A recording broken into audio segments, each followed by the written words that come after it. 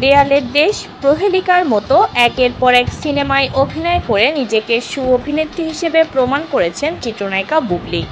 তার অভিনয় সকল স্তরের দর্শকের প্রশংসা পেয়েছে।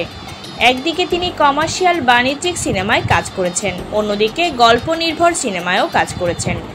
মডেলিংয়েও সরব উপস্থিতি রয়েছে এই নায়িকার। একসময় বেসরকারি টিভি চ্যানেল গান বাংলা টেলিভিশনের প্রধান নির্বাহী কৌশিক হোসেন তাপসের সঙ্গে ওঠে তার প্রেমের গুঞ্জন। একটি সাক্ষাৎকারে উপস্থাপক শাহরিয়ার নাজিম জয় তাপসকে প্রশ্ন করেন, বুবলীর সঙ্গে কেন প্রেমে জড়িয়ে গেলেন।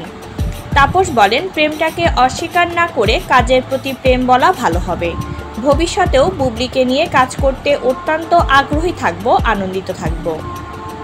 বর্তমানে গান বাংলা সম্প্রচার বন্ধ রয়েছে। বুবলীর ব্যস্ত সময় কাটছে সিনেমা আর মডেলিংয়ে। তাপসের সঙ্গে বুবলীর প্রেমের গুঞ্জনকে প্রোপাগান্ডা হিসেবে আখ্যা দিয়েছেন চিত্রনায়িকা বুবলী। তিনি একটি সাক্ষাৎকারে বলেন, গান বাংলায় যখন আমাকে আমন্ত্রণ জানানো হয় তখন সেই ইস্যুটা নিয়েও প্রোপাগান্ডা ছড়ানো হলো। আমার সিনেমা প্রসঙ্গ আসার পরই এমন নোংরামি শুরু হয়ে যায়।